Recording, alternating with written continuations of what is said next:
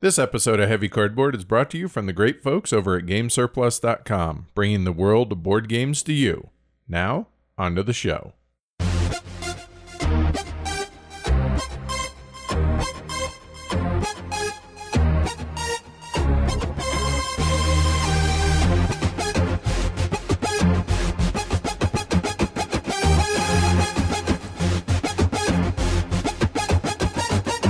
Heavy Cardboard, episode 95, Quantitative Paleontology.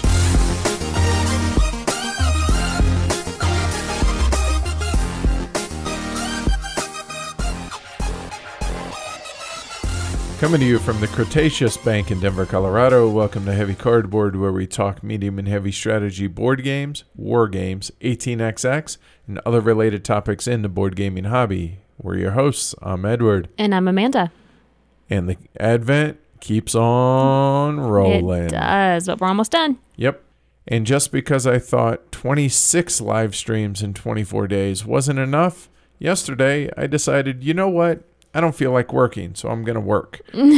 So I decided to do a impromptu Ask the Elephant that went on for a couple hours. Even I didn't know it was happening. Right. Well, I didn't either until I decided, you know what? I don't feel like doing the behind-the-scenes stuff right now. So this way I can justify it and, oh, yeah, I'm working. Okay. Yeah. So we'll make it 27 live streams in 24 days. Craziness. Tonight is, so we're recording this on Wednesday. So tonight is Age of Steam, Washington, D.C. Right. So looking forward to that. That'll be fun. Yeah, I haven't played this one, so I'm looking forward to it. I always do terribly the first time I play an Age of Steam map, so Thank you for playing already.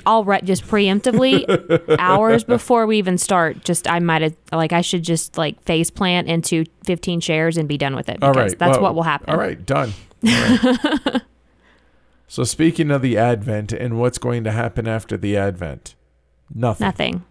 Nothing new, anyway.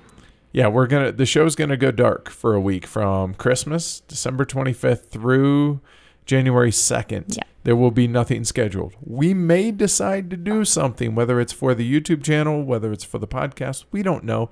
But if we don't, we're not gonna. No. We kind of figure we've done enough content over the course of December to take a little time off. Yes. Enjoy the holidays. So that, plus it allows us to catch up and do everything that we need to do to get ready for the new year and hit the ground running. So speaking of Christmas time, 60 degrees today, Denver, Colorado. But tomorrow is about 1 to 3 inches of snow, a high of 20. Right, low of 6. Yeah. Go home, Denver. You're drunk again. Welcome to Denver.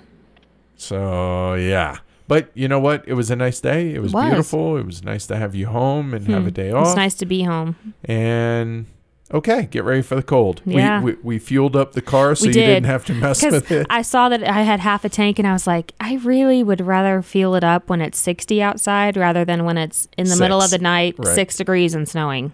So, yeah. Plus, there's supposed to be snow for Christmas Eve. Yeah. So that'll be nice, right? Yes. All right, cool. Well, I mean, it's still, a handful of days out, so we'll see if that comes to be. But nonetheless, that is the weather it should be for Christmas. Absolutely. Then again, if you're listening to this down in Australia, you're like, what do you mean, dude? Surf's up. Yeah. So, yeah, right. You know what we're talking Fine. about. So in a news little brief, Patreon listened. They did. Patreon decided to reverse course, and the owner of Patreon said, you know what, we heard you and we realized we screwed up and we're not going to change things like we said we were going to. Thank goodness. And all creators worldwide who use Patreon rejoiced. It was a Christmas miracle. Yeah, no, I'm very glad they owned it.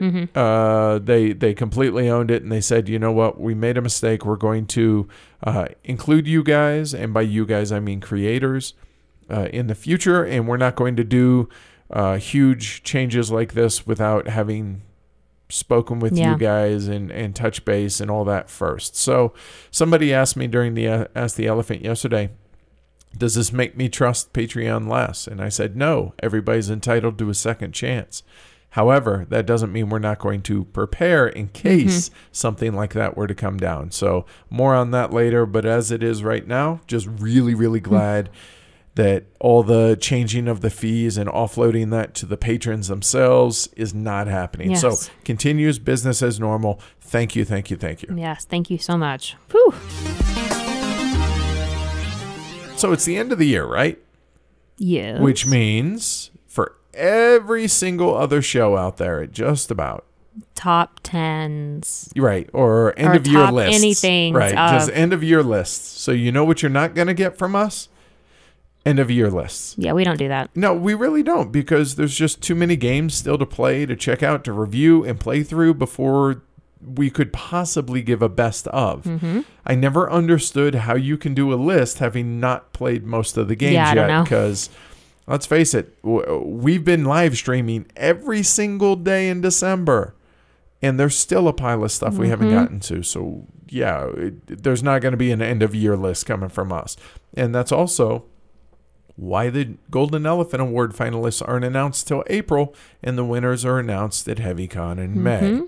Makes sense to me. Yeah, me too, because you need more time. Yeah. I mean, with Essen being basically right around Halloween, if Essen, if a convention that released games that were more in our, right in our wheelhouse, like Essen, if that was in April or something, then sure. Yeah, but I would near think the so. end of the year, that's difficult. But yeah, I've seen a bunch of top 10 lists and all this stuff yet, and I just kind of shake my head. Yeah, it's not even Christmas, and some people are already doing top lists. Hey, knock themselves out. It's whatever they want. It just strikes me as odd that, I mean, we could not do it justice because there are just too many games we haven't played yet. Speaking of HeavyCon, invites should be going out within the next 24 hours of you guys hearing this if they're not already out. So the goal is to have them out by close of business on Friday, at least the first wave of them. So Merry Christmas to those that get invites.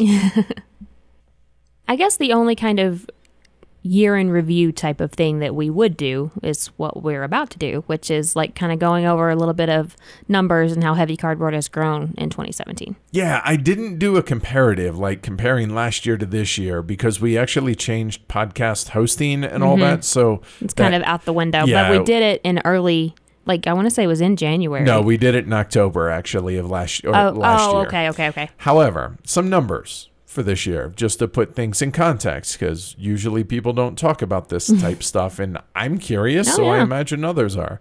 So we have right at, and obviously we're only 2/3 of the way through December, so whatever, but we're right at about 600,000 downloads of the show for the year. We have 12,000 subscribers to the podcast, and our most downloaded episode in the entire calendar year, what do you think it was? Our top 50? Nope. Although that was up there. Yeah. I will say that. No, it was episode 61, Terraforming Mars. That makes sense. And that also was the first episode released in 2017 also. So it's had the most time out there. True. That's and Terraforming Mars is kind of like, Right. So I thought it was interesting to see that, but then again, I was like, But there were, like Lisboa, episode 80 was up there for most downloaded episodes. That would definitely be in the top like 6 or 7. Nice, yeah. So it's not all the episodes that were released in January. Right, it's not all the old stuff. Yeah. So that's for the podcast. For the YouTube channel. Now, hang on, before you say that, everybody just picture what you think my face looks like whenever he said 600,000 downloads. Just think about what my face looked like and how white I turned. And you're most likely exactly on point as to what I look like. Okay, continue. So for the YouTube channel, which started on February 13th, at least those are the numbers that I went back to because that's when we started live streaming. Yes. 8 million minutes watched of the live stream, 400,000 views. I feel like that's pretty good for a brand new channel. Again, with the face. 5,400 subscribers. Literally just hit 5,400. So that's kind of cool. Our most watched. What do you think? Both in number of views and time and number of minutes. They're two different videos, actually. Okay. Number of views, I'm going to say is Food Chain Magnate. Excellent. Well done. 11,400 views, thereabouts. And minutes. And then the second was just behind was Brass Lancashire with right at 11,000. So, okay. All right. Now and minutes. Yep. And the answer to this, though, is 300,000 minutes watched of this next video. So what do you think it is? I'm going to say 1846. Fair take, but no. And this kind of surprises me because this is a more recent video playthrough. What's your all-time favorite game? What's my all-time favorite game? Yep, Through the Ages. Wow. Our most watched video in number of minutes. That's awesome. Just over 300,000 minutes watched. That means most people watched the whole thing. Is Or what at that least tells watched me. a lot of it. And that was a long stream. That's why I thought 1846, because I would figure a long game and people watch the whole thing. Yeah. So, yeah. That's really neat. I like hearing that stuff. So, it's cool. Thought you guys might want a little, again, I'm analytical, so I like numbers and stuff. And there you go. So, there you go. That's Heavy Cardboard in 2017. Woo! More lists to come next year for this year.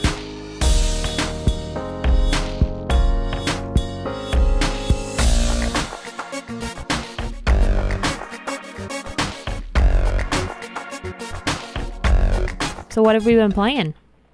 Well, I don't know about you, but I've been playing a lot of live stream games. Me too, yeah. Yeah. Combat Commander, Kalis, Rajas of the Ganges, Heaven and Ale, Viticulture, and Altiplano this week. Wow. Pretty cool. A good mix of stuff there. Yeah, it's not all fillers and it's not all heavy games. It's just a whole bunch of good stuff. Yeah, and Combat Commander was a hoot. Oh, boy. Yeah, like I said in chat and stuff, like I heard this gigantic whoop, and then so I knew I needed to pay attention to the stream in about 10 seconds and saw like what happened. That happened a few times. That was really fun to watch that stream. And the hardest I've laughed in the calendar year 2017 was on Monday during the Kalis stream. You're going to have to figure out why. Yeah. So, slip of the tongue. Pretty funny, though. Woo! Lots of fun.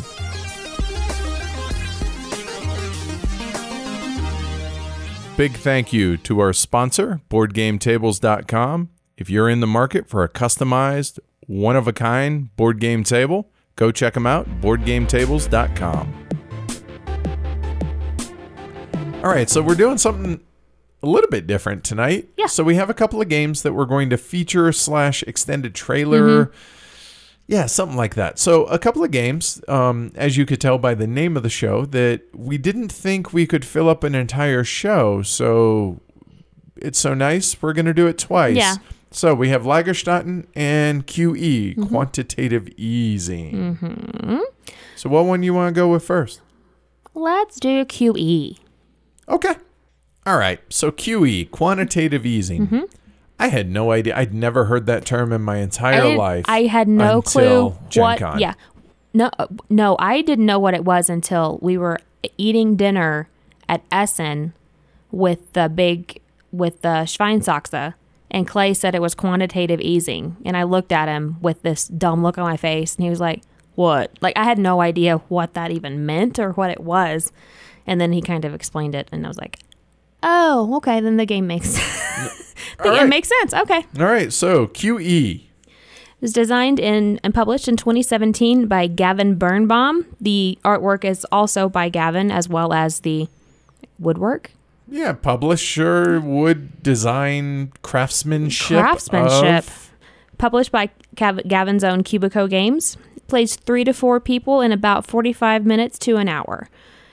Currently unavailable, but Gavin is weighing interest in having another Kickstarter. Actually, he has confirmed he's going to have 2 more Kickstarters at a minimum for the game, because the response from the live stream was so good. He had over 100 people email him. So when we're all done, if you want to go check out the live stream, you can do so.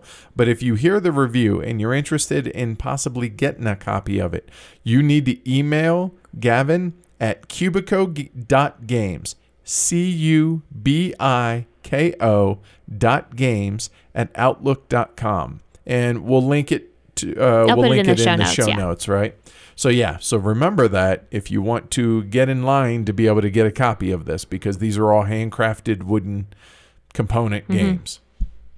And as far as plays, I have 4 of the games under my belt now, both at 3 and 4 players, which is what the game is rated to play at 3 and 4.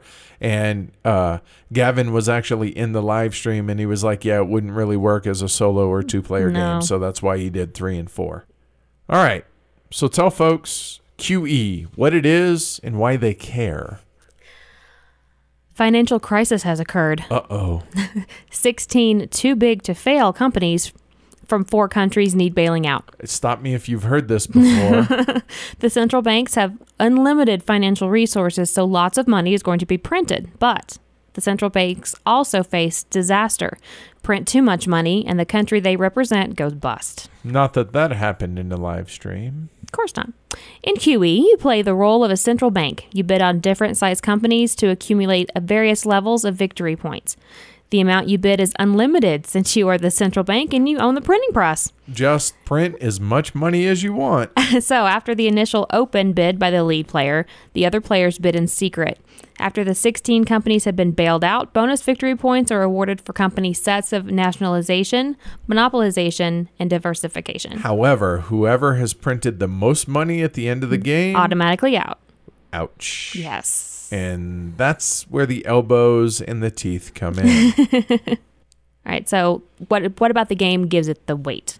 Well, it's certainly not the complexity. No. Because you can explain this game in under 10 minutes. It may have taken me longer on the stream. Doesn't matter. So the rules here, very, very simple. You're going to be bidding in secret. And whoever, the first player is going to put out their bid. That's going to be open information. Everybody else bids in secret. The active player looks at all the bids and just marks on the actual tile who the highest bidder was and how much it was, and they give it back. All right, cool. Keep it in front of you, and then it's just set collection. Yeah. So the rules, not hard here at all. Not even a tiny bit hard. No, the weight does not come from that at all. It comes from the psychology of making those auctions, making those bids. So the level of planning that's involved in this game also isn't terribly high because everybody's represented by a country and they all have a manufacturing tile that represents like the manufacturing companies that they want to get more of for set collection, right? But even then, you can only plan so much because you need to gauge how the market is trending. And by the market, I mean, what are people bidding for in amounts for these companies? And each of these companies is worth some amount of victory points as well that are printed on them. But how can you plan with that? I don't know. It's really, really hard to be able to do it. So the craziness here is, if you go through the 5 characteristics that we think give a game its weight: complexity, no. Planning, no. Luck, well, there is none. No. It just what order the companies come in. There's a little bit of randomness, but even then, it's broken up into 4 different sets of 4 auctions. So there's randomness within that, but each type of company is going to come out once per set of 4 auctions. So it's not there. It's not the game length because the game plays in well under an hour, and the getting it takes about an auction to understand it. So it's none of those. So with this one, I think you're right that it's all about the psychology and whole meta. I know that you know that I know that you know, and trying to set the prices and then try and get other people to pay more, even though it's a blind bid. Right. So if it's just so interesting because you want to try to spend the least amount possible, obviously, but you also have to take into account what other people around the table have already paid. So maybe you might be able to pay a little bit more because you've paid a little less overall than the person across the table has. So it's the that I know that you know that I know that I know that you know. And at the same time, you also have to be able to outbid other people because you need those tiles. Without tiles, you're not scoring any points. And everything is secret. Right. Except the opening bid. But it's secret, like the amounts they bid, but you know that, okay, I know I bid 55 for this tile, and I didn't win. Yeah. So, okay, that means Ash over there, well, I know he paid more than 55. Right. So it's It's guesstimation, but you kind of, you have a good base kind of what it possibly could be. But it could have been he went way out of the water exactly. and I bid 55, he bid 90. Yeah. You don't know that. Right. And so, however, you get to look at at what people bid every fourth auction. So you get to see a quarter of the information. And I think that there's your weight. It's all deductive reasoning and inductive reasoning, and it's playing the players, and that's where the game's weight comes from, because it's not a heavy game, but oh my, is it clever. Yes. It's not, like our normal brain burny heavy fare, but it's very, like you said, very clever and very brain burny, but in a different way. Yeah. Right. So what would midweight game, lightweight game? I would say I said midweight just because of the psychology of it. Yeah, I think so. I think you're right. It's definitely on the lighter scale of things. Because there's just not a lot of moving parts here, and you're doing the same thing 16 times. But yeah, I guess on the light side of medium, but you can. It's all how many layers deep do you want to go, seriously. And how many layers deep do you think your opponents are going to go in the level of thinking? That is what determines its weight. Because I think so. Here. If four people sit down and they are just going to be very straightforward and just bid whatever they, not even really thinking about it or putting any thought behind anything, you can do so, but it removes a lot of the game from the game. That is going to be a completely different game than if four people that have played it before or understand the circumstances of the game or whatever, they're going to play it completely differently. And how well you know the other players at the table. That's also a big thing too, because the chemistry and the years that you've known the people, that also makes a difference. I think it does. And it was really interesting because when I first played this at BGG Con, I played with James Nathan, aka The Stance. I played with Greg Silberman, who I know from just going to conventions and also from HeavyCon, et cetera, and then one complete stranger. And so I didn't really know how they were going to play. And so trying to evolve my tactics of how much and what to bid and when to bid. And also, don't forget, there's the no QE, meaning, okay, I'm going to bid 0, and once per set of 4 auction rounds, you can choose to essentially pass and score 2 victory points for bidding no quantitative easing. Just, I'm not printing money this year, or for this company. I'm not bailing this out. So yeah, it's definitely, this might be the first variable weighted game that we've ever done. Yeah, it's weird to say, but I think that is its weight. It's variable. It depends. So there's not really cardboard in the game. But the components are. I mean, it's all handmade wood. It's a big block of wood. Yeah, literally it's about like, I don't know, 10 inches by 10 inches, 8 inches by 8 inches square butcher block of wood that's been engraved. Laser cut, right, with just very basic information on where to put the tiles and a score track around the outside. And then there are laser cut wood and engraved with that laser. I don't want to call it laser burnt, but it has a burned look to it, but right, in a good way. Yeah. But yeah, they're all laser cut. With the different industries, the different countries, and then the tiles themselves are all laser cut with the information for victory points, what country, et cetera, and all that. And the cool thing about these is all of these are laminated. They're wood, but they're laminated on one side. One side, so that you can use the dry erase markers to be able to place your bids and everything. That's really neat. Overproduced? Yes. Would this work as like just cardstock and all that? Yes. Sure. But that's not how Cubico Games is. No. So yeah, the components very, very high because it's all wood. I mean, it's super, super nice. It's really, really cool. And the best part, though, or one of the best parts, is the Q and the E. right, for the first player marker and who the active player marker Yes. is. Completely extraneous. But awesome. So it's a hand cut the letter QE, right?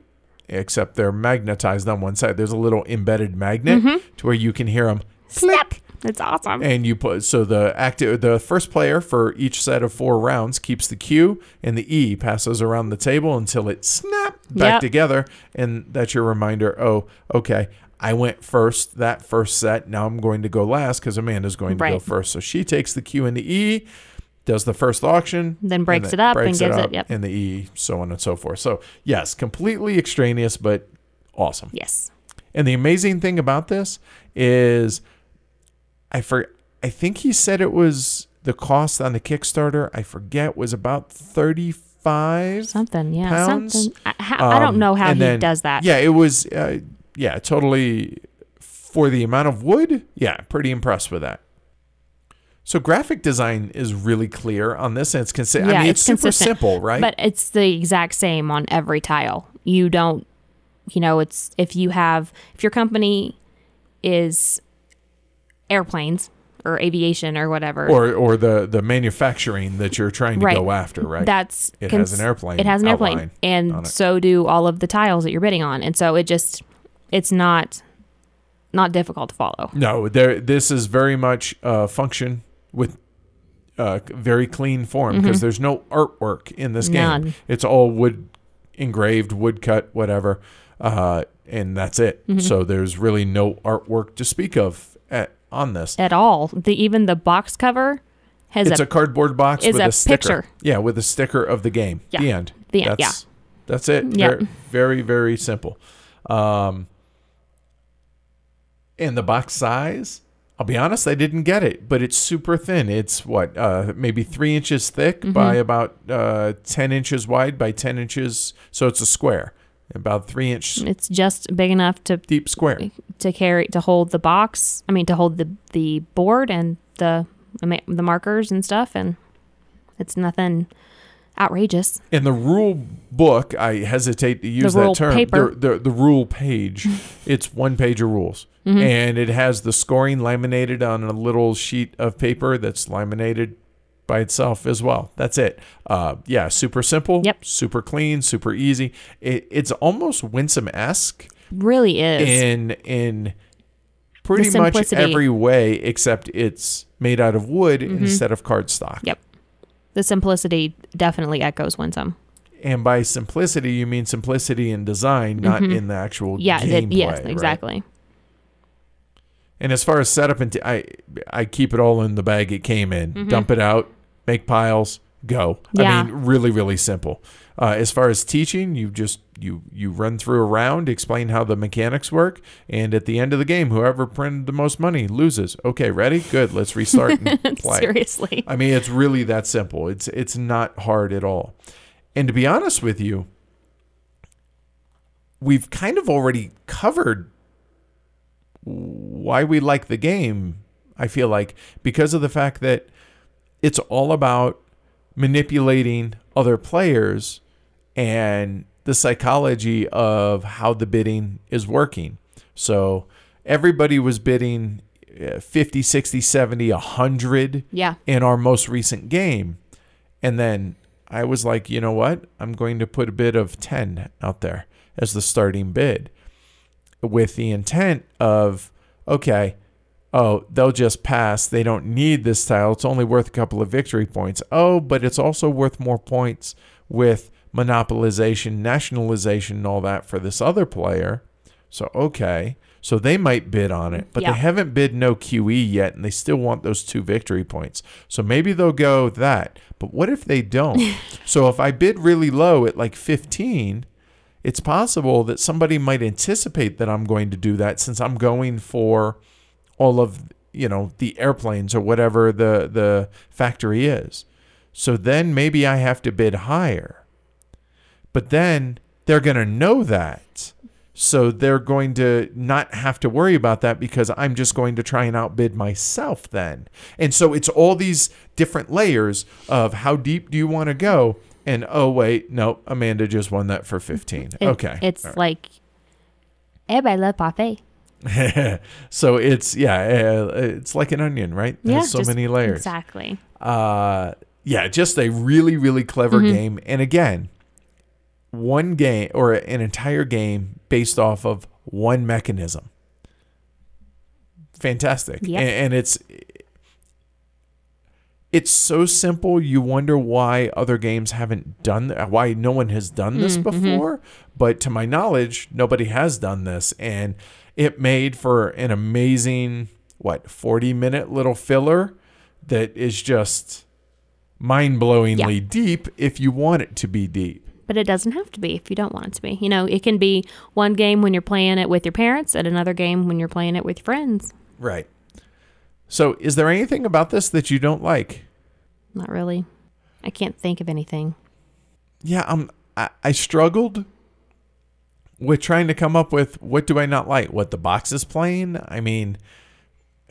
Yeah. It's amazing for as simple as it is. It's gorgeous to look at. I mean, it's a nice piece of wood on the table, and it's super, super simple. I got nothing. I hate to do that, but I really have nothing. Yeah. It's a super small print run, so hardly anybody has copies of this. I guess if we're gonna list some sort of negative, there would be that. Yeah, that's literally. I don't know of anything else. Yeah, so that's it. So if you dig auction games and you dig Thinky Filler and you like highly overproduced for what it needs to be and you just want a really cool looking game that you could throw down on the table when you have a spare 45 minutes with, just about anybody across the board, then highly recommend checking out QE. So you got a rating for QE, ma'am? I don't yet. I don't feel like I have enough place quite yet. I have no problem giving it a 5. Okay. I am really, really smitten with this game. I was really anticipating this. It was high on my anticipation for Essen, and lived up to it. Did not disappoint. Very happy about the purchase. So again, cubico.games@outlook.com if you want to get on the list. Yes. And that is QE.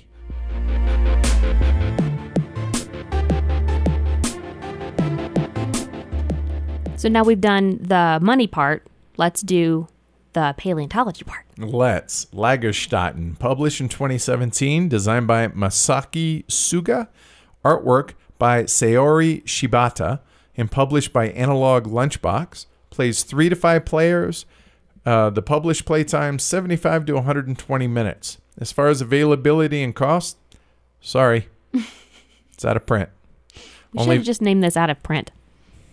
It's not too late, Only 500 copies of this were printed, sold out at Essen. It's available on the secondary market for about $75. I know there have been some talk about somebody trying to pick this up. We'll see if that comes to be. But as it is right now, secondary market is your only bet. Yep. And as far as plays and player counts, I have 4 plays of it, and they've all been 4 and 5 players. Have not played it 3 players. However, when we get to scalability, I feel like we're going to be able to talk intelligently about the 3-player, even though we haven't played it. Yes, I would agree with that. All right.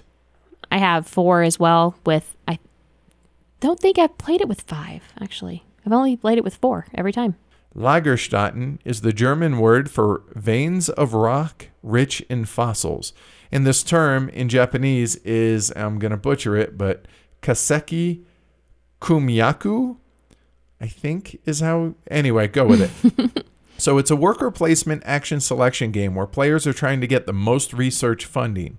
Over the course of 8 rounds, players are going to dig to obtain rock samples, prepare the samples to uncover fossils, present their findings at academic conferences, and either offer the complete specimen of dinosaurs to exhibits at museums or sell them to private collectors. Whomever has garnered the most research funding, aka victory points, at the end of 8 rounds, wins. Dun, dun, dun. So as far as complexity goes here, again, much like QE, there's just not a lot here as far as rules overhead. The actual rule book that I'm looking at here, it's 6 pages long, and the first page, first 3 are all set up. Wow. And just explanation of the theme and everything. So the rule book is 3 pages, and it's a small rule book, like physically, like it's not a full, 8.5 by 11 like 5 by sheet. 7. Yeah, they're small. So again, rules complexity. Nope, not adding to the weight here at all. No. However, the planning, what do you think? Yes, a lot. That is the meat of this game. That, not meat and bones, I suppose. You have to not only keep in mind what dinosaur you're wanting to build, but also keep in mind what dinosaurs other people are wanting to build so that you can thwart them and not allow them to get the pieces that they need. Right, because each of these dinosaurs come in different amounts of cards that you're going to be able to dig for. So the cards are 2-sided, as most cards are. On one side, it's dirt, right? And it's from 3 different periods. The other side, though, are different fossils. However, it's only part of a fossil, and this is where the set collection comes in here, to where it's either half of a specimen, i.e. half of a dinosaur fossil, or it could be as little as a quarter of it. So each of these range, there's either 2, 3, or 4 parts of a fossil. And so when you go digging, you're going to be digging after maybe a Triceratops or a Arizonosaurus, which is a real dinosaur, I learned in this game. Totes. So, but you're only going to have parts of them until you're able to collect more and more parts of them. But one of the actions in the game is you get to, it's called fossil restoration, in which you're going to flip the fossils or your dirt over, revealing what fossil is underneath it. You knew this, the other players didn't.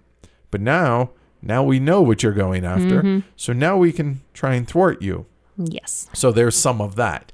But it's a worker placement game. And so you have to be able to plan out a lot of your actions to be based on what other people are doing. So there's that mix of strategic versus tactical planning that's going to come into play. And there's separate sections. There's 6 different sections that you place your bits on to... Your workers, your assistants, I think that's what they're called.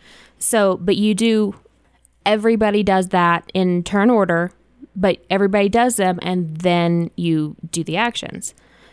A lot like Dominant Species, where there's a planning stage, and then after that, there's the resolution stage. Yes, and also like Dominant Species, you can have placed one of your workers on one section, and then after you've done another one, you're like, oh, I really shouldn't have. Like, you want to switch what you did, but it's after. Better. Exactly. Right. Yeah. Exactly. You want to switch what you did, but you're already halfway through the turn and you can't. Right. So, a fair bit of planning in this game for a straightforward, very, very simplistic in a lot of ways worker placement game. There's still a fair bit of planning that comes into the game. So then, as far as luck and random factors, well, there's a fair bit here because you have the collector requests first and foremost, which are recipe fulfillment. Hey, this collector wants a 2-piece dinosaur from this period, whether it's the Cretaceous period or the Jurassic period or the Triassic period. And it specifies how many pieces of this dinosaur it must have. And there are different various dinosaurs from each period that have different numbers of pieces to make a complete specimen. So you have the randomness of what those requests are going to be. Now, when you go to the collector request location, there's going to be either 3, 4, or 5 cards there. And if you're first, you get to look at them all and choose one. So it's not just a random draw off the top. Right. So at least there's that. But then there's the excavation location. So there's 3 different zones. There's a northern, a central, and a southern zone. And each of them have different layers of sediment, which totally thematic, totally makes sense here. And each one has a different number of cards for each type of sediment. Within each type of sediment are certain types of dinosaurs. Yes. So and there's a really good player aid on the back of the rules that says, okay, so I know I have, say, 2 parts of this Apatosaurus, but I know that the Apatosaurus came from the Jurassic period. So then I look on the board, and there are, like I said, there are the 3 different zones, but of the Jurassic period, only the northern and southern zones have multiple layers of dirt, i.e. cards, for that period. There's only one of that type in the central zone. So I'm probably going to focus on going into the northern and southern zones. However, they might not be there this turn. It's a random draw. But that's where the Geological Survey location comes in. And this is the only location on the board that you actually activate the moment you place a worker on it. And it's a diminishing value. So the player who goes first gets to look at all 3 stacks of cards. So they get to actually look at what fossils are in the dirt for all 3 locations. The second player gets to go through 2. The third one gets to only go through 1 of them. Right. So if you're looking for a specific piece of a specific dinosaur, that's when you want to do that for sure. Right. You want to go looking in there because it's totally random what cards get filled up into those 3 layers of dirt for each location, and those get refilled every turn. So those are the 2 main aspects of the randomness in this game are what dinosaurs are in the given areas on a given turn, because you don't know, it's a random draw. Right. What period? And then there's the collector requests that change. So I'm going a little bit heavy-handed with describing this right now because that excavation is the heart of this game, and that's the thing that we're going to focus on both the good and bad sides of this game, I feel like. Oh, yeah. So the game length, what do you think? I think it might overstay its welcome just a touch. Yeah, I kind of have felt that as well. So I guess that would contribute to the weight, but not necessarily in a good way. I feel like if it were 6 or 7 turns as opposed to 8 in most games, that might would be a better length. But yeah, so there's that. And then the getting it. Okay. For me, the getting it took a good at least half to a full game. Really? It took that long? Because wrapping your brain around the different mountain zones and realizing that certain dinosaurs are only in certain periods and certain zones have more cards of those periods, and then also getting your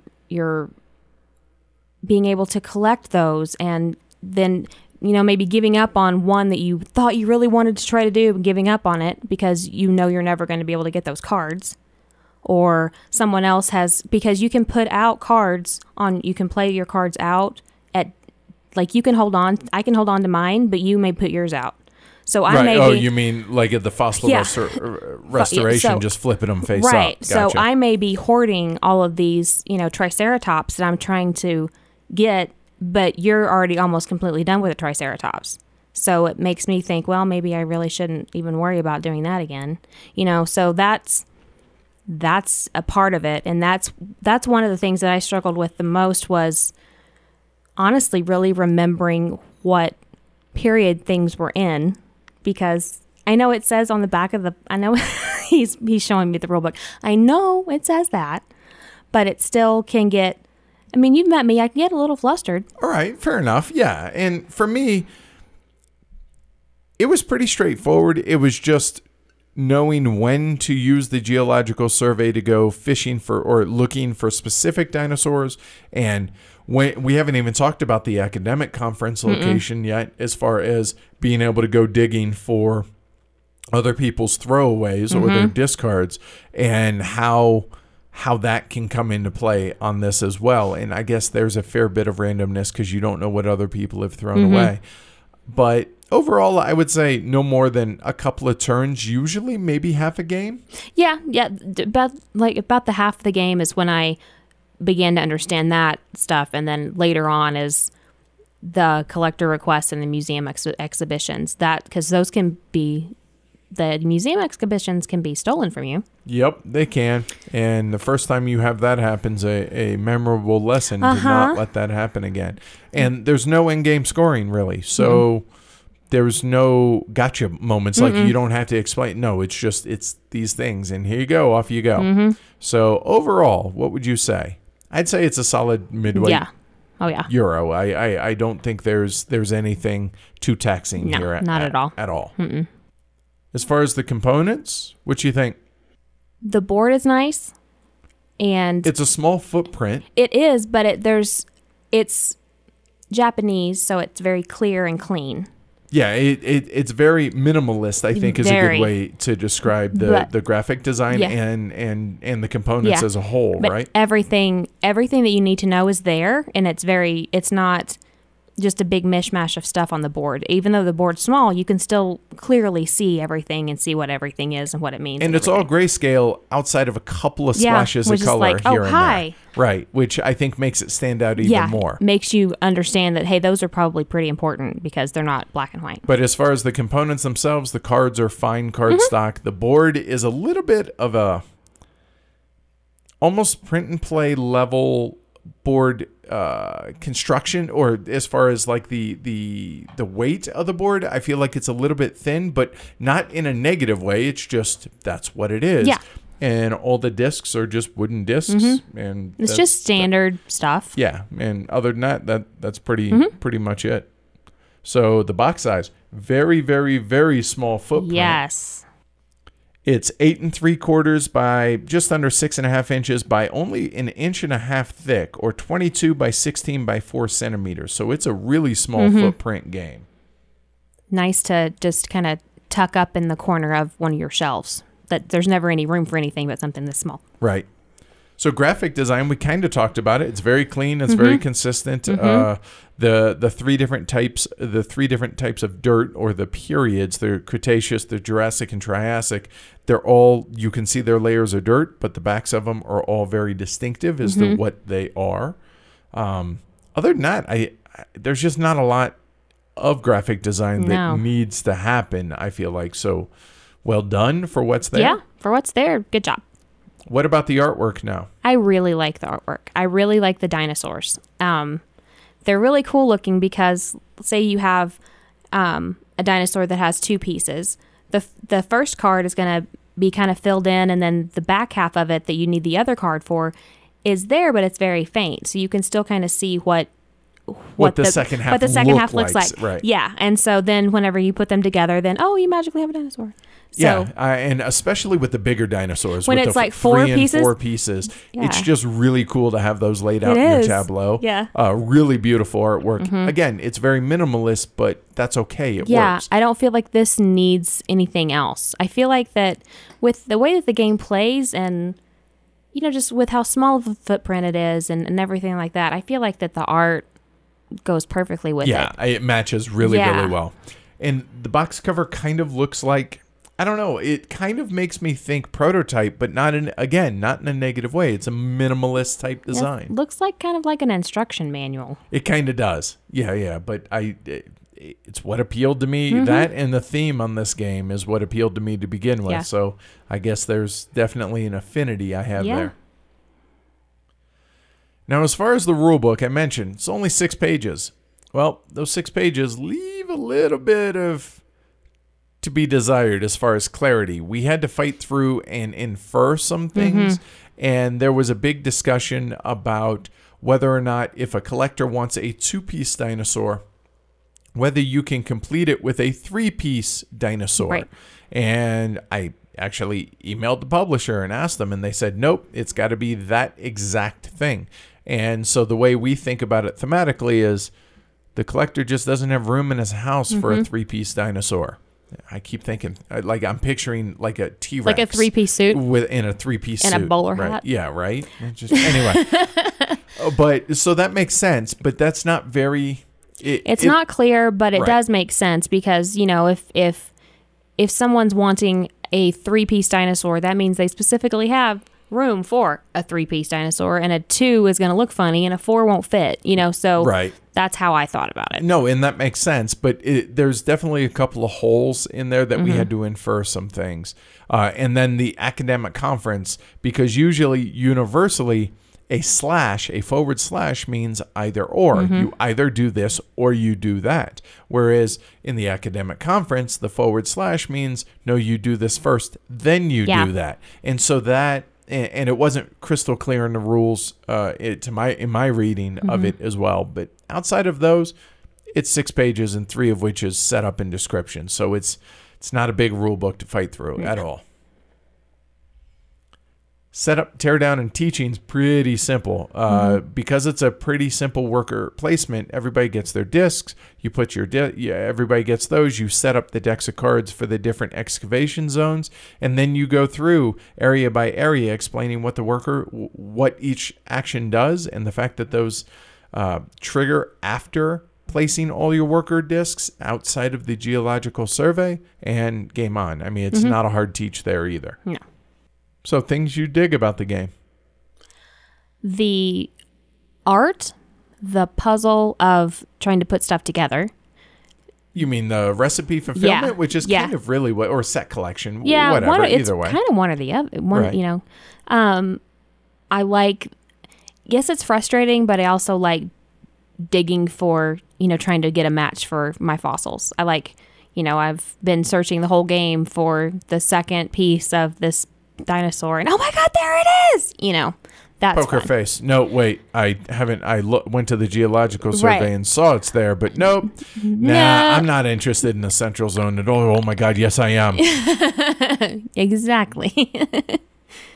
And the end game, like you said, since there's not any scoring, you know where you are the whole time. Yeah, you're pegging out the research funds, i.e. victory points, the whole way. So there's no hidden information as far as that goes. You know where you are at all times. And I'm a fan of that. Okay, that's nice. All right.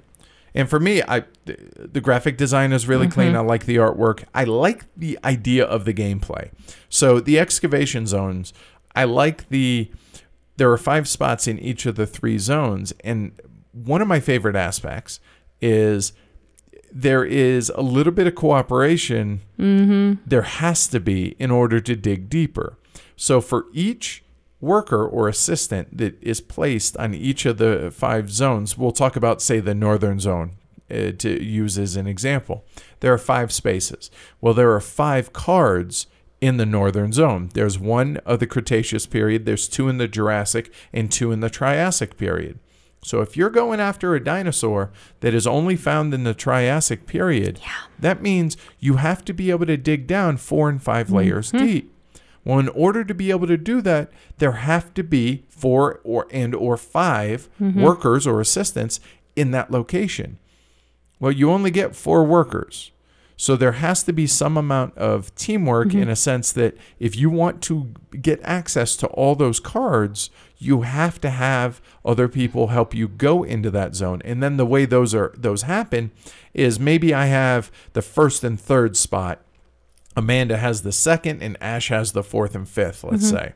Well, whoever's first gets to take all those cards from that period into their hand, look at them, and choose one of them for each of their discs. So if I'm 1st and 3rd, I choose the first one, give the deck to Amanda. She chooses one of the 4 that are left, gives it back to me, and then Ash takes the 2 that are left.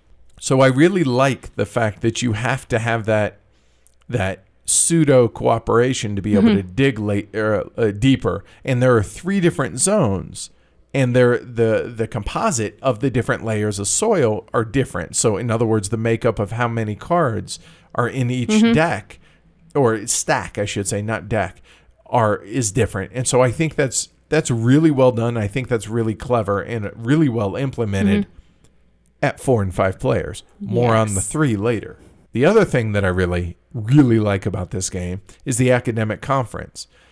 So when you go there, you're only allowed to have so many cards in your tableau. Everybody starts to where you can have 6 dirt and 6 fossils. So 6 face down, 6 face up cards. So a total of 12 cards. Eventually, you're going to get fossils that you're not going after. Right. So you need to get rid of them. Well, the only place to do that is the academic conference. And regardless of the number of players, there's 2 spots. So you can imagine in a 5-player game, that can be awfully tight. Yes. So you go there, you can discard any amount of cards that you wish from one period, meaning you can discard multiple cards from either the Cretaceous, the Jurassic, or the Triassic period. For each card you discard, you get to move up the prestige track, and that's what's going to allow you to have more than 6 cards in your tableau of each type. Yep. So that's cool. So discarding the cards there, it frees you up to be able to then, on future turns, go excavate some more and get more cards.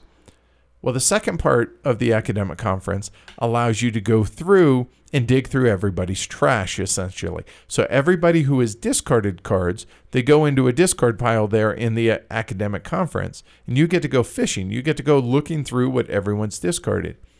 And maybe there is that elusive, head of a triceratops that you've been looking all game for. Yeah. Oh, there it is. The catch, you spend 2 research funds or 2 victory points for every card that you take from there, and it becomes dirt. So you have to then re-excavate it. It doesn't come to you excavated. So I think that's really, really clever, and it makes it really hard, but it also gives a little bit of variability to the game that I thoroughly enjoy. Yeah.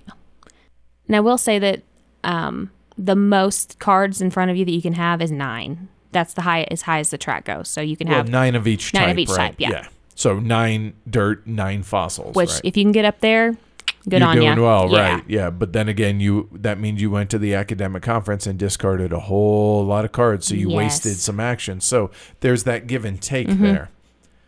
And then there's the collector request, which is the recipe fulfillment or set collection part. So, okay, the collector wants X from X period. Right. Okay, once you collect it, awesome. You're going to score victory points based on what period it is as far as number of rounds. First 4, 5, or 6, or round 7 and 8. And it's diminishing returns. But at least, and you discard the specimen, which is kind of a bummer because you lose all that pretty artwork. But you also get the victory points. But then there's the museum exhibition. So if you want to give it to the museum to exhibit it, that's awesome, because now you get recurring victory points as long as you can keep a hold of the specimen. Yeah. And what I mean by that is each dinosaur, there are multiple types. There may be 2, there may be 3 different sets of a certain dinosaur within the game. And if you decide to give it to the museum, you discard the specimen and you get that card. So maybe it's the Triceratops. And you're going to get some amount of victory points based on, at the end of each turn, based on how many actual exhibits you have, whether it's 1, 2, or 3, which is awesome, getting 3 or 5 points every round. However, if somebody else comes in and is like, oh, I got a Triceratops too, and yours is newer, they take that from you and you don't lose any points. You're just not gaining anymore. So it's a risk. Yeah, you're kind of stagnated. So there's a risk reward, not debate, but do I get rid of it? Do I try and wait for a request card, or do I get a request card first, then go digging for a specific dinosaur? There is a debate. It's just an internal one. Right. Yeah. So yeah, there's definitely a lot to like about this game. A very small footprint. It plays within a couple hours. Definitely enjoy certain aspects of the game. Yeah. However, on the flip side of things, I really question how valuable the museum exhibits can be, and the fact that they can be stolen. And the fact that if you just happen to be going after the same one that somebody else is going for. The number of dinosaurs, it's bizarre how often you go over after the same ones. Yeah, maybe there's just a psychological, oh, I like this, oh, I like that one too. Oh, I know what that one is. But the fact that it can be stolen away from you, and it's, even though it's recurring points, it's really hard to make dinosaurs in this game. It's really hard to get whole specimens. And so to have all your work go away and have that stolen from you, and now you have to start over, that is crippling. Yeah. And I just question whether or not having museum exhibits is worth as much early in the game as just fulfilling requests for 15, 20 research points or research funds. As a one-time, you don't have to worry about anyone stealing it from you. After 4 plays, I still have some serious reservations about that. And then there's my biggest gripe with the game. And this kind of tag teams with scalability. The game does not scale, meaning whether it's 3, 4, or 5 players, nothing changes. Whether it's number of assistants or workers that you get, number of available spaces on the board, nothing changes. Yeah. And here's the problem with the smaller player count. So I explained in excavation, there's got to be some amount of piggybacking to be able to go in to, if you're trying to get a a specimen yeah. from the Triassic period. Well, with say 3 players, it's only 12 discs, whereas in a 5-player game there's 20 discs. It's hard. So it's really hard to dig deep, and there's nothing you can do about it. And even if you do dig deep on your own using all 4 discs in one zone, there's no guarantee that the dinosaur you're looking for is going to be in there. And even if the dinosaur you're looking for is in there, it might not be the right piece. Yep. And I feel like that was completely undercooked and underdeveloped. And a real disappointment, because the fact that the game doesn't scale at all mechanically means I just don't have any interest whatsoever in playing this game at 3 players. No, that completely took that player count off the table. Either that or you basically just dig through the whole thing, no matter how many people are there. But again, you're talking variants, and I shouldn't have to play a variant just to make it work. Or you just completely discount 1/3 of the dinosaurs that are in the game, i.e. the Triassic period, because it's just too far to dig. Yeah. It's just not feasible in the lower player counts. And that just doesn't make sense to me. So those really are my 2 only real gripes about the game, is having your exhibit stolen from you. And one of the things that the publisher told me is that you run a risk if you go for a 2-piece specimen as a museum exhibit. Those are easy to get stolen from you because somebody only needs 2 pieces, whereas the 3 and 4 require so much more work and a lot of luck for your dinosaur to be able to be in there that it's less likely to get stolen. My question, though, is, thematically, I get why it's there, but it just has always felt that the requests are so much stronger, and that's it. I mean, if somebody gets out to a lead, a reasonably sizable lead, because they drew better, right? Because their dinosaur happened to be in the dirt that's there, there's no catch up. There's no catch-up mechanic, and that's why we said earlier that the game feels like it plays too long, because they just might be, because of the sliding scale on the collector requests, if you fulfill one that would be worth, say, 20 points early in the game, maybe it's only worth 10 points or 8 points late in the game, and if somebody's 9 or more points ahead, well, you're sunk. There's nothing you can do about it. Yeah, and that's just not fun at all. And it wasn't from good play. It was just luck of the draw that they happened to have their dinosaur in the pieces and mine were still in the draw deck. Yeah, it's just, like you said, it's just blind dumb luck at that point. There's nothing that you can do about it, and that is frustrating. When there's nothing you can do to mitigate. Ugh. Yeah, and I love the theme about this game. I really like the artwork in it and the graphic and the concept of the game. Yeah, it's really cool. But there's a couple of things here that just feel underbaked and ultimately left me kind of cold. Felt like stone cold. Like you've been buried for a long time cold? Go with that. Well, see, I liked it a little bit more than you, but it's still, the museum exhibition's getting stolen, and the endless, sometimes unfruitful digging for fossils. Which thematically makes total sense. It makes complete sense. But when you've been trying for 30, 45 minutes and you still can't, then you can get a little frustrated. And that's part of it. You have to go in knowing that, but it still doesn't make for fun. No. So what would you rate the game, ma'am? I'd probably rate it a 3. It's not something I'm going to go out of my way to get people to play. But if somebody, if more than 3 other people want to play it, then I'll play it, or something. But I'm not gonna we have to play this game. And for me, I guess it's a 3 as well, because it's definitely not a me thing.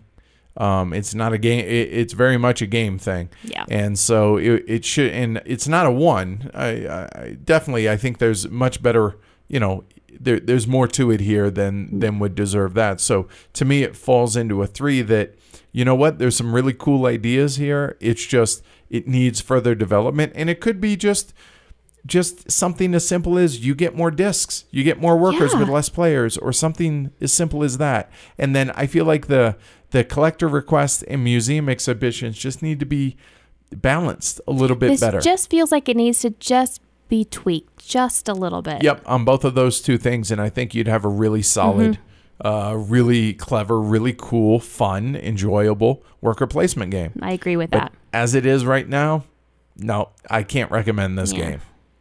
So that is Lagerstatten.